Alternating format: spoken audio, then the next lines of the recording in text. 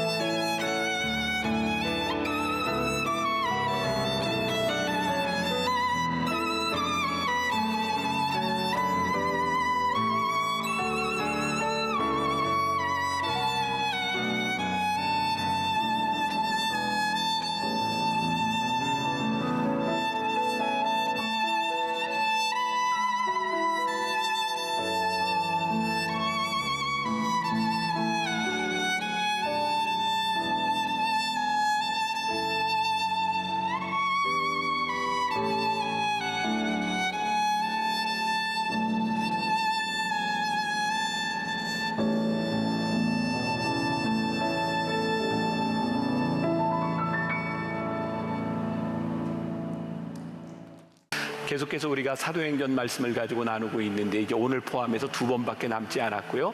여러분들이 잘 사도행전을 읽으며 따라오고 있으리라고 생각합니다. 오늘 이제 27장, 다음 주에 28장으로 이제 사도행전 말씀이 끝이 나게 되는데 지금도 늦지 않았습니다. 처음부터 여러분들이 한번 쭉 읽을 수 있는 기회가 있으면 좋겠고요.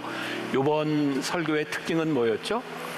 질문을 던지고 제가 답을 하는 형식으로 말씀을 진행합니다. 오늘의 질문 어떤 것인지 보고 말씀으로 들어가겠습니다.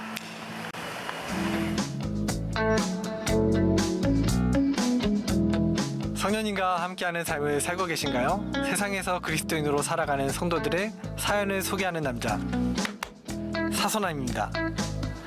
오늘은 특별히 게스트를 모시고 오늘의 주제를 나눠볼 텐데요. 성도님 먼저 자기소개 부탁드리겠습니다. 네, 안녕하세요. 세상에서 그리스도인으로 살아가고 있는 사연 많은 여자 김지영입니다. 네, 나와주셔서 감사합니다. 네, 오늘의 주제를 좀 나눠볼 텐데 성도님 혹시 2017년에 변화산 주제 기억나세요? 2017년이요? 네. 저 2019년도에 만나교회 등록했는데요. 죄송합니다. 우리의 인생을 항해에 비유하곤 하죠. 우리 인생 가운데 늘 맑은 날씨, 좋은 날씨만 이렇게 계속되면 좋겠지만 바울이 만난 유라굴로와 같은 광풍을 만날 때도 있습니다. 그래서 오늘은 사연을 대신해서 성도님과의 인터뷰를 준비해 보았습니다. 성도님, 제가 알기로는 이렇게 몇 해 전에 가정에 좀 큰 어려움들, 광풍을 만났다고 들었습니다. 죄송스러운 질문일 수 있겠지만 어떤 고난이었는지 좀 나눠주실 수 있을까요? 네. 사실은 2년 전쯤에 저희 가정에 정말 큰 광풍이 불어닥쳤습니다. 제가 정말 사랑하는 저희 남동생이 갑작스럽게 뇌출혈로 인해서 하늘나라로 먼저 가는 그런 일이 있었어요. 너무 큰 슬픔이셨을 것 같아요. 네. 그때 그 고난 가운데 있었을 때 우리 성도님 마음이 어떠한 마음이었는지 좀 한번 여쭤볼게요. 저에게 크게 2가지 마음이 있었던 것 같아요. 하나는 제가 동생이 병원에 가 있을 때 정말 아무것도 해줄 수가 없다는 그런 두려움과 막막함, 그리고 한편으로는 자꾸 저에게 드는 생각은 왜 도대체 우리 가정에 이런 일들이 일어났을까 하는 그런 의문점 투성이었습니다. 고난이 닥치면 왜 이런 일이 일어났을까, 그런 질문이 당연히 이제 우리에게 찾아오는데 네. 그 질문에 대한 답을 좀 찾으셨나요? 제가 하나님께서 그 응답을 해주셔서 아마 이 자리에 지금 있지 않나 싶은데요. 오늘 설교를 들으면 더욱 명확해지지 않을까 싶습니다. 네, 오늘 말씀을 통해서 하나님의 응답이 더 분명해졌으면 좋겠고요. 네. 어려운 이야기 나눠주셔서 감사합니다. 여러분 어떻게 생각하십니까? 우리는 살면서 여러 가지 고난을 만나게 되고 그 고난 속에서 두려움을 경험하게 됩니다. 이 지금 코로나 팬데믹 속에서 이 코로나 작은 바이러스에도 이렇게 두려운데 암에 걸렸거나 주식이 바닥까지 떨어졌거나 아니면 사업에 부도가 난다면 두렵지 않겠습니까? 하나님은 왜 우리에게 이러한 고난을 주시는 걸까요? 그 고난 속에서 우리는 어떻게 평안할 수 있을까요? 하나님께서 바울을 이방인의 사도로 세우셨는데 왜 그에게 광풍을 만나게 하셨는지, 오히려 순풍을 주셔야 선교를 더 잘할 수 있지 않았을까? 그러한 생각을 해보게 됩니다. 그래서 해보는 사소남의 발칙한 상상. 저는 바울이 탄 배가 유라굴로를 만나지 않았더라면 어떠했을까라는 그러한 상상을 해봅니다. 그렇더라면 바울과 그의 일행들이 로마에 더 빨리 도착했을 테고 예루살렘에서 당했던 그러한 억울함들을 빨리 해소할 수 있지 않았을까요? 그러면 복음을 전하는 선교 여행을 더 바울이 나아갈 수 있지 않았을까? 그러한 상상을 해봅니다. 그래서 오늘도 목사님께 질문 드립니다. 유라굴로 같은 고난을 하나님께서 주시는 이유가 무엇일까요? 고난이 주는 유익이 있나요? 고난과 함께 찾아오는 두려움을 어떻게 이겨낼 수 있을까요? 평안을 잃어버리지 않으려면 어떻게 해야 할까요? 여러분도 궁금하시죠? 저를 따라서 2손을 입에 대고 외쳐보겠습니다. 하나, 둘, 셋. 목사님 듣고 싶어요. 또 또 듣고 싶으니까 제가 또 이야기를 해야 되겠죠. 자, 이제 사도행전 27장 그리고 이제 28장 사도 바울의 마지막 여정들을 지나가고 있습니다. 오늘 말씀의 제목은 그래도 두려운데 어떻게 해야 할까요? 아마 우리들 가운데 두려움의 문제를 경험하지 않는 사람은 아무도 없을 것 같습니다. 우리가 살아가면서 흔히 이런 말 좋아하죠. 증명해봐. 확실한 증명, 이것은 우리들에게 평안함, 안정감을 가져다 주기도 합니다. 우리의 일상 가운데 이 증명된다고 하는 것은 어떤 때 우리가 이거 저절로 증명이 됐네 라고 이야기할지 모르지만 사실은 어떤 외부적인 요인에 의해서 어떤 힘이 가해지는 무언가를 통해서 이런 일들이 나타나게 되는 거죠. 오늘 본문에 나오는 그 유라굴로라고 하는 광풍을 만난 사도 바울의 이 사건은 무언가를 증명하고 있습니다. 사도 바울에게 있어서 이 광풍은 그의 사명을 증명하고요. 풍랑에 빠진 사람들에게는 자연의 위력 앞에서 인간이 얼마나 무기력한 존재인지, 그리고 바울이 믿고 있던 하나님이 어떤 분이신지를 증명하게 되는 그런 계기를 맞이하고 있습니다. 다시 말한다면 풍랑을 만나지 않았더라면 알지 못했을 풍랑 때문에 무언가가 증명되고 있다는 거죠. 그러니까 풍랑은 우리의 인생에 참 힘들고 어렵고 두려운 것이기는 하지만 우리 인생에 굉장히 유익한 것이 될 수도 있다는 것이에요. 오늘은 특별히 사명에 대한 문제를 함께 나누어 보려고 합니다. 말씀을 묵상하면서 그런 생각을 하게 되었어요. 똑같은 풍랑을 만났는데 사명을 가진 자에게는 이 풍랑이 사명을 확실하게 보여주고요, 그렇지 못한 사람에게는 풍랑이 단지 환난으로 끝난다는 거예요. 그러니까 오늘 이 말씀이 우리들에게 적용되기 위해서는 우리들의 사명이 분명해야 되고요, 그리고 이 풍랑 가운데서 우리들이 어떻게 대처해야 할지를 우리들이 깨달아야 되는 거죠. 우리 교회에 이제 묵상팀이 있어요. 제가 설교 원고를 이렇게 주면 함께 읽고 묵상을 나누는 팀인데, 한 분이 이 사명이라고 하는 말을 찾다 보니까 우리가 잘 아는 대로 사명이란 어떤 일을 맡기는 거죠. 근데 한자에 그런 일을 맡기는 사명과 더불어서 한자로 죽을 사자와 생명, 죽음과 생명이라는 사명도 같이 있더라는 거예요. 그때 그런 생각을 했대요. 사명이라고 하는 것은 우리의 삶과 죽음 사이에서 드러나는 일이구나. 오늘 사건은 사도 바울이 로마로 호송되어 가는 중에 어떤 광풍을 만났어요? 유라굴로라고 하는 광풍을 만나면서 일어난 일이었어요. 자, 상식적으로 그 당시에 항해를 하던 사람들은 풍랑을 만나면 살기 위해서 어떤 상식을 가지고 있었냐면 진짜 필요한 것 이외에는 다 바다로 던져버려야 되는 거예요. 가능하면 배를 가볍게 해야 되는 거예요. 그러니까 이런 생각이 드는 거죠. 우리가 인생의 풍랑을 만났을 때 이 풍랑은 우리가 버려야 될 것이 무엇이고 붙잡아야 될 것이 무엇인지를 분명하게 만들어준다. 그러니까 오늘 말씀을 듣는 여러분들 가운데 여러분들의 인생에 풍랑이 왔다면 버려야 할 것과 붙잡아야 할 것이 무엇인지를 분명히 알아야 되는 거예요. 우리가 종종 삶을 비유할 때 항해로 비유합니다. 우리가 꼭 배를 타지 않아도 인생이 마치 배를 타고 항해하는 것 같은 거예요. 출발해서 도착하는 시간까지 어떤 일을 만날지 모르는 거죠.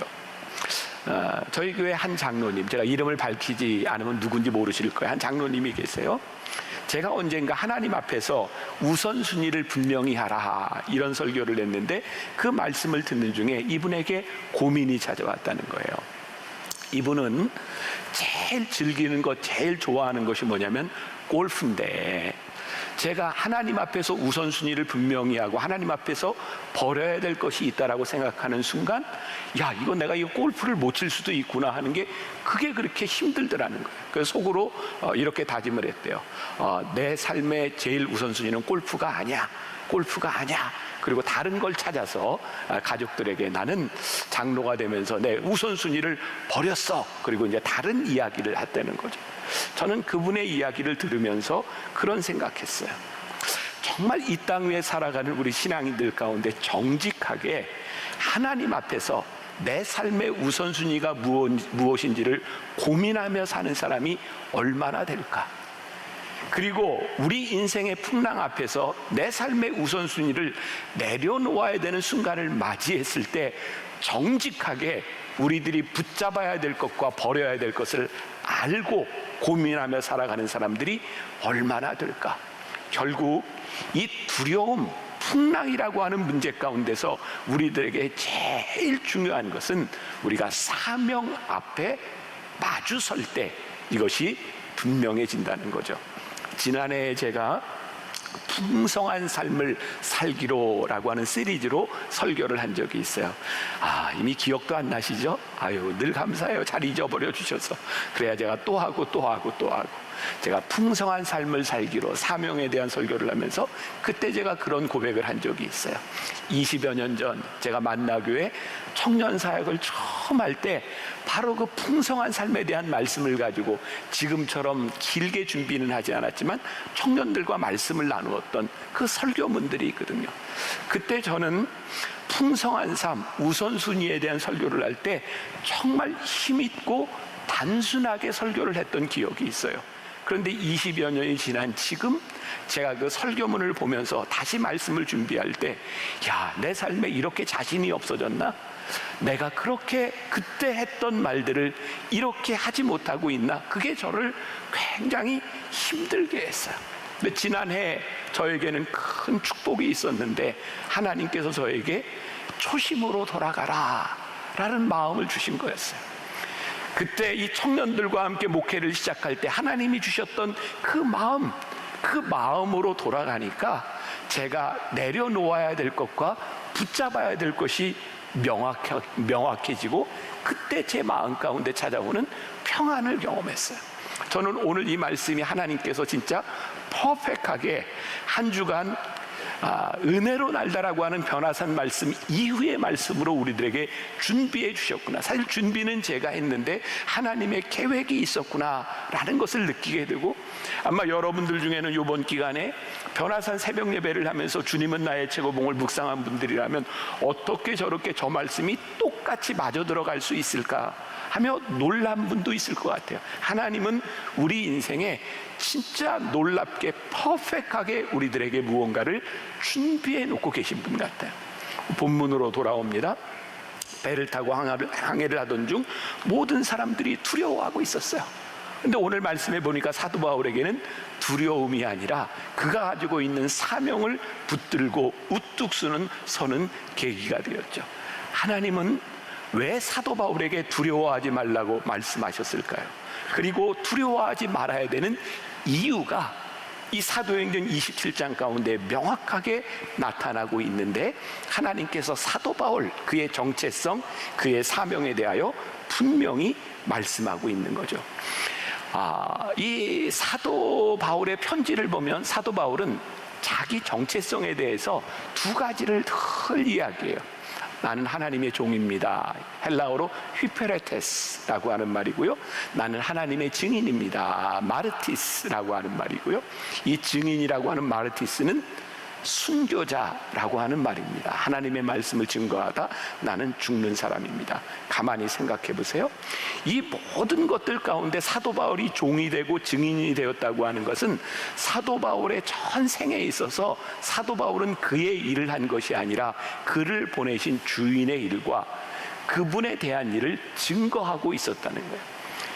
그런 시각으로 오늘 말씀을 보니까 이 유라굴로라고 하는 이 광풍을 만난 일이 사도 바울 개인의 일이 아니라 하나님께서 그를 통하여 일하시는 그의 인생의 계획 가운데 일어난 일이라는 것을 보게 되죠.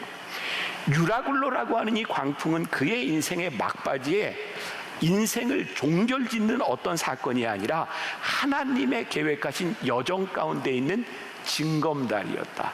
저는 개인적으로 이 징검다리라고 하는 말을 참 좋아하거든요. 여러분, 징검다리가 뭐예요? 딱 딛고 넘어가는 거예요. 유라굴라가 광풍인데요, 그의 인생의 유라굴라가 종결점이 아니라 징검다리였다는 거예요. 뭐예요? 이거를 짚고 넘어가서 계속되는 하나님의 역사가 있었다는 거죠. 사랑하는 여러분, 혹시 지금 이 순간 여러분들의 삶에 유라굴라와 같은 광풍을 맞이했을 때 하나님, 이것이 내 인생의 종결점이 아니라 하나님 내 인생을 계획하신 하나님의 계획 가운데 징검다리입니다 라고 믿는 사람에게 얼마나 놀라운 역사가 있겠어요. 자, 오늘 본문으로 돌아갑니다. 사도행전 27장 24절과 26절, 우리 아까 장로님이 읽어주신 말씀인데 다시 한번 우리가 보겠습니다. 자, 시작. 바울아, 두려워하지 말라. 내가 가이사 앞에 서야 하겠고 또 하나님께서 너와 함께 항해하는 자를 다 내게 주셨다 하였으니 그러므로 여러분이여 안심하라. 나는 내게 말씀하신 그대로 되리라고 하나님을 믿노라. 그런즉 우리가 반드시 한 섬에 걸리리라 하더라. 여기에 놀라운 말씀 중에 하나가 하나님께서 너와 함께한 모든 사람들을 너에게 주었다 말씀하고 있는 거예요. 이때 사도 바울은 이미 나이가 많이 들었어요. 이제 마지막 여정, 순교의 여정을 가고 있는 노쇠한 사람이에요. 여러분, 이 배의 주인은 이 배의 선주겠죠. 그리고 이 배 안에 타고 있는 권력자는 율리오라고 하는 백부장, 그 바울을 호송하고 있는 로마 군대의 장교가 힘 있는 사람이 아닙니까? 그런데 하나님이 뭐라고 말씀하세요? 이 안에 있는 275명의 생명을 다 너에게 주었다. 오늘 하나님의 사명을 받은 사도 바울로 인하여 그와 함께하는 모든 사람들의 생명을 너에게 주었다. 여러분, 우리에게 사명이 주어졌다고 하는 것은 얼마나 복된 일인가 하면 우리와 함께하는 모든 사람들의 운명이 사명자와 함께 가고 있다는 거예요. 저는 이런 고백을 할 수 있겠죠. 하나님께서 만나교회 담임 목사로 저에게 사명을 주셨으니 우리 만나교회 성도들의 모든 삶이 저와 함께 가지 않겠습니까?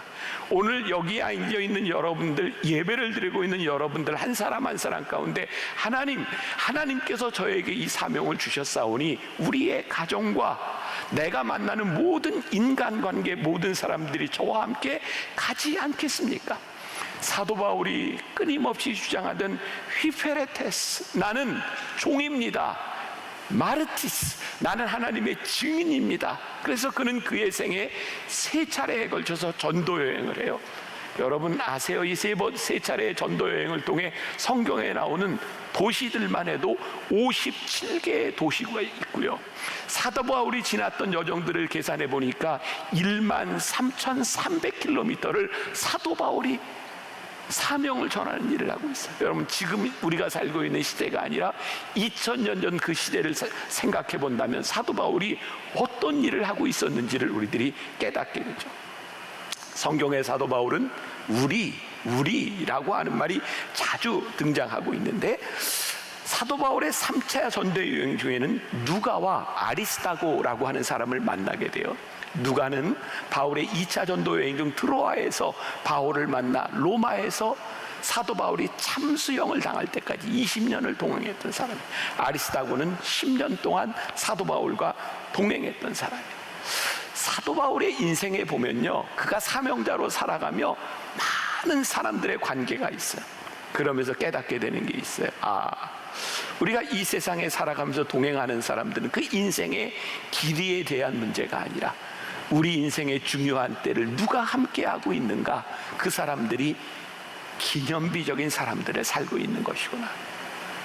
몇 주 전에 저희 교회 한 젊은 권사님이 세상을 떠났어요.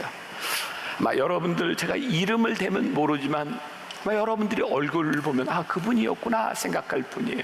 늘 저 예배 시간 안내대에서 사람들을 반갑게 맞이하던 얼굴이었고 여러 부서에서 여러 가지 모양으로 잘 섬기는 분이었어요.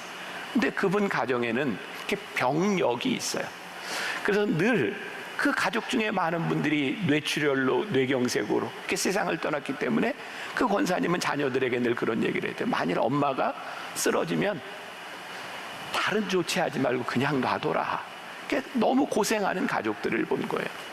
그리고 그 어머니는 쓰러졌고 며칠 지나지 않아서 그냥 손을 쓰지 못한 상태에서 세상을 떠나게 되었어요. 제가 안타까운 마음으로 장례를 인도하러 갔죠.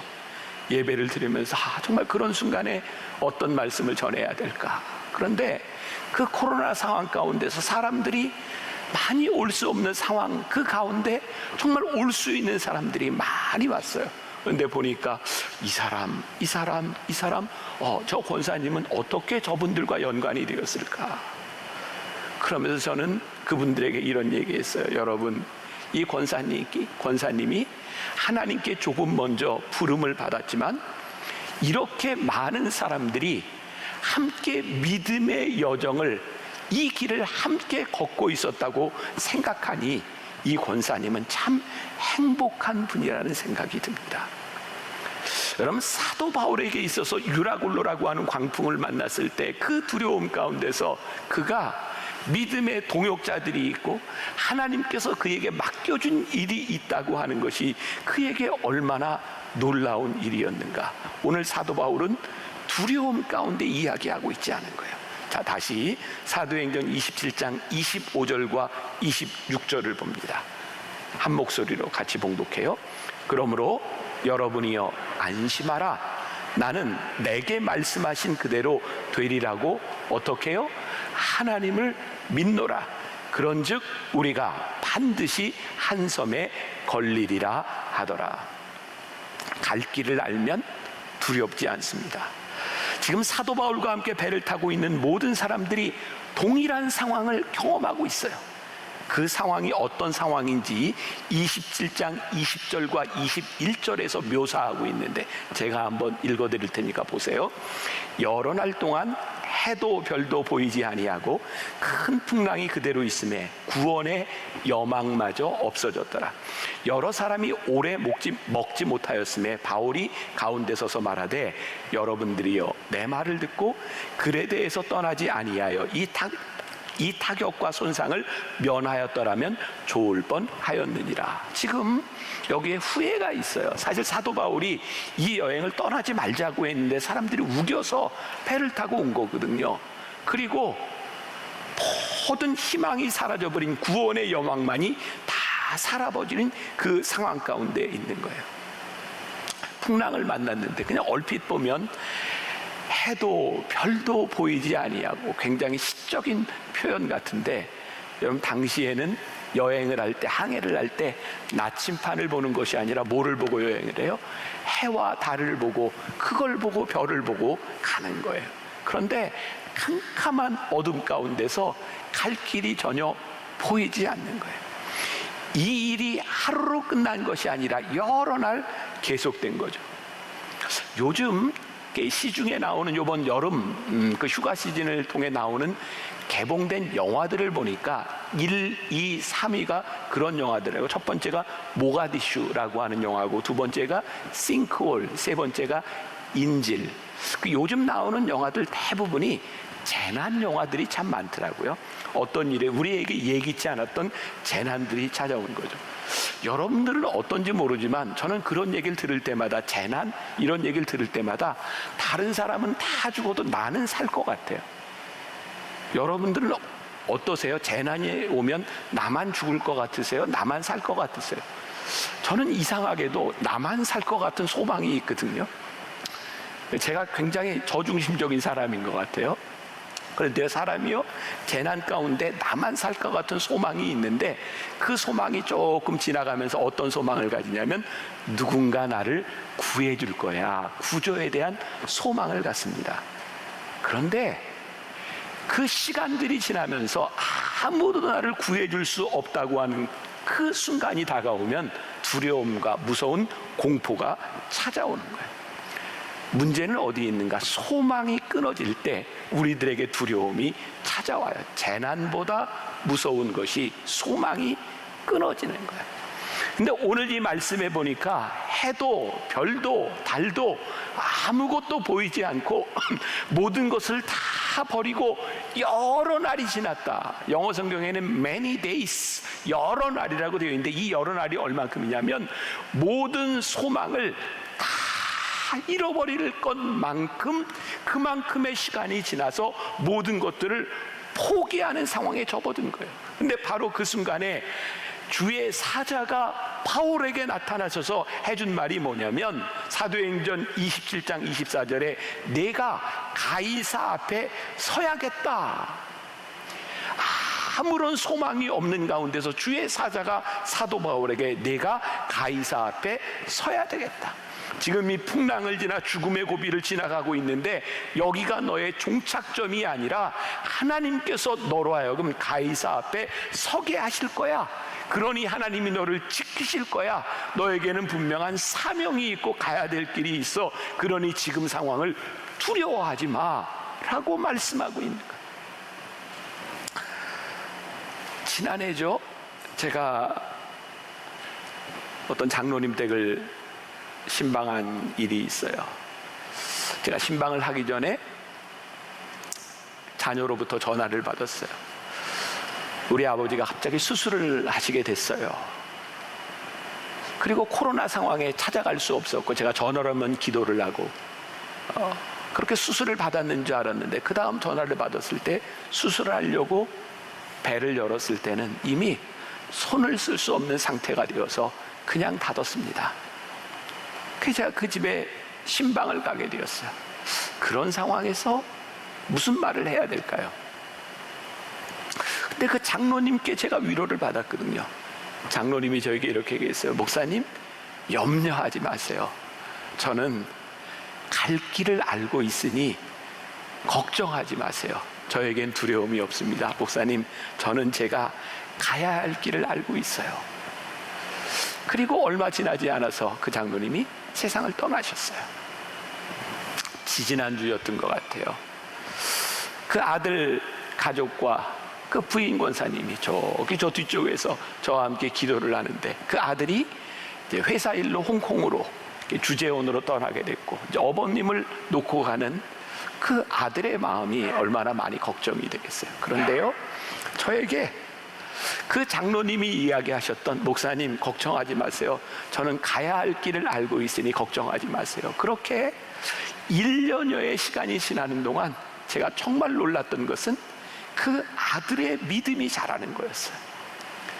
아버지가 세상을 떠나는 그 시간들을 지나가며 하나님 그 아들의 믿음을 성장시켜 주는 것을 보면서 제가 그런 이야기를 했어요.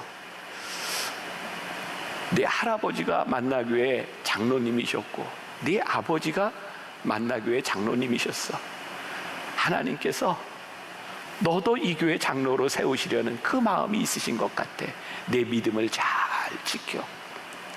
그 가정에 유라굴라와 같은 풍랑이 지나가는데 저에게는 하나님께서 그 가정의 믿음을 보게 하시고 그것이 끝이 아니라 하나의 징검다리를 통해서 그 아들의 믿음을 성장시키는 모습을 보게 되며 가야 할 곳이 어딘지를 알고 있는 사람들에게 유라굴라와 같은 광풍은 두려움이 아니라 하나님의 계획을 우리들에게 포기하시는 거구나.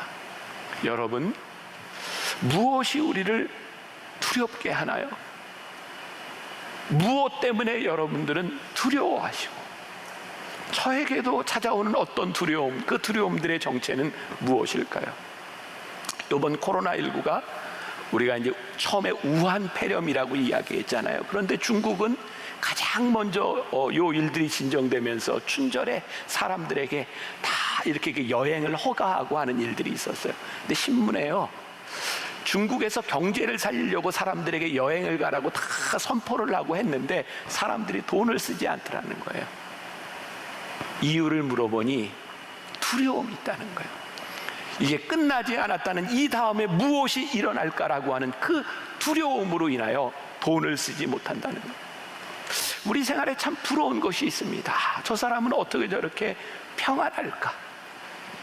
이 두려움 가운데서 어떻게 저렇게 믿음을 지킬 수 있을까? 오늘 이 사도 바울의 이 담대함, 유라굴라의 광풍 가운데서 그는 어떻게 복음을 전하며 그는 어떻게 사람들을 격려하는 사람들이 사람이 될 수 있었을까? 그럼 전 세계 크리스찬들에게 조사를 했을 때 가장 좋아하는 성경 구절이 무엇인가 물어보았으니 시편 23편을 꼽아요. 잘 아시죠? 여호와는 나의 목자시니 내게 부족함이 없으리로다. 그가 나를 어디에 누이세요? 푸른 초장에 누이시고 쉴만한 물가로 인도하시는도다. 미국의 필립 켈러라고 하는 목사님이 이 구절을 보다가 푸른 풀밭에 누이시며 라고 하는 이 구절이 몸으로 확 와닿지를 않는 거예요. 여러분들 뭐 동물의 왕국, 내셔널 지오그래픽 뭐 이런 거 보면 그게 아프리카 초원에 막 뛰어대는 뭐 캄팔라 뭐 이런 얼룩말 뭐 이런 것들 많이 보시잖아요. 혹시 여러분들 그런 그 지오그래픽 같은 걸 보면서 이 캄팔라와 같은 이 사자의 먹잇감이 되는 동물들이 푸른 풀밭에 누워 있는 걸 보신 적 있으세요? 여러분, 그 동물들은, 양들은요 푸른 풀밭에 눕지 않습니다. 왜냐하면 언제 죽을지 모르는 두려움 때문이죠. 이 필립 켈러 목사님이 그래서 푸른 풀밭에 누이시며를 이해하기 위해서 직접 이스라엘에 가서 8년 동안 목자 생활을 해봤답니다. 이 말을 이해하기 위해서. 그리고 내린 결론이 뭐냐면, 양이 푸른 풀밭에 눕기 위해서는 몇 가지 조건이 충족되어야 한다는 거예요. 첫 번째가 뭐냐면, 양들이 자신을 공격하는 맹수로부터 자유롭다는 확신이 들 때. 두 번째, 털이 많은 이 양들에게 자기를 괴롭히는 해충이 없을 때. 세 번째, 이 무리 가운데서 다른 양이 다른 양을 공격하는 문제가 없을 때. 네 번째, 배고프지 않고 지금까지 잘 먹었으니 내일도 먹을 것이라는 확신이 들 때 양이 푸른 초장에 누울 수 있다는 거예요. 광풍 가운데서 두려움이 아닌 평안함을 누리는 사도 바울의 모습을 보면서 깨닫는 것이 있어요. 이 풍랑 가운데서 우리들이 무엇을 느끼고 무엇을 바라보냐는 거죠. 시편 23편 4절에 이런 구절이 있죠. 내가 사망의 음침한 골짜기를 다닐지라도 해를 두려워하지 않을 것은 주께서 나와 함께 하심이라. 요 말씀 구절의 핵심은 뭘까요? 사망의 음침한 골짜기일까요? 주께서 나와 함께 하심일까요? 사망의 음침한 골짜기를 다닐지라도 해를 두려워하지 않는 것은 주께서 나와 함께 하심이라. 우리 인생의 영적인 상태가 가장 좋은 시기는 풀밭에 누워 있을 때나 사망의 음침한 골짜기를 다닐 때나 우리들의 삶에 어떤 상황의 변화가 올 때가 아니라 주와 함께 할 때 사망의 음침한 골짜기를 지날지라도 해를 두려워하지 않을 것이라고 말씀하고 있어요. 바로 한 주 전 제가 변화산을 시작하면서 마지막 예화로 들었던 거 혹시 기억나세요? 김병삼 목사와 함께라면 기억나세요? 오늘 다시 그 말씀이 생각이 났어요. 하나님, 주와 함께라면 우리가 유라굴라와 같은 광풍 가운데서도 사망의 음침한 골짜기 가운데서도 주와 함께라면, 우리들의 사명이 살아있다면 그 두려움을 이길 수 있지 않겠습니까? 다윗의 인생에서 가장 비참했던 때는 언제일까요? 시편 23편을 쓴 다윗의 인생에 가장 비참했던 때, 그때는 다윗이 왕이 돼서 국가를 통일하고 이제는 그가 직접 나가서 싸우지 않아도 되는 때가 있었어요. 그는 그때 왕궁 옥상에 올라가서 황혼 무렵에 저기 목욕하는 밧세바를 보고 음욕을 붓고 죄를 짓죠. 다윗의 인생에 가장 곤고했던 때는 언제냐면, 그의 가장 평안한 시기에 하나님이 없이 죄를 지었을 때 다윗은 그의 인생에 가장 곤고함을 경험합니다. 사도 바울의 인생에 참으로 이해할 수 없는 고백들, 매를 맞으며 돌을 맞으며 죽음의 위협 가운데서 유라굴라의 광풍 가운데서도 담대하게 고백을 할 수 있었던 것, 그것은 그가 주님과 함께 하나님께서 그에게 주신 사명이 분명할 때였어요. 다시 사도행전 27장 25절과 26절을 봅니다. 그러므로 여러분이요 안심하십시오. 나는 내게 말씀하신 그대로 되리라고 하나님을 믿노라. 그런즉 우리가 반드시 한 섬에 걸리리라 하더라. 우리의 인생에 풍랑이 찾아올었을 때 붙잡을 것과 버려야 할 것이 분명하다면 우리가 이 두려움을 이길 수 있지 않겠습니까?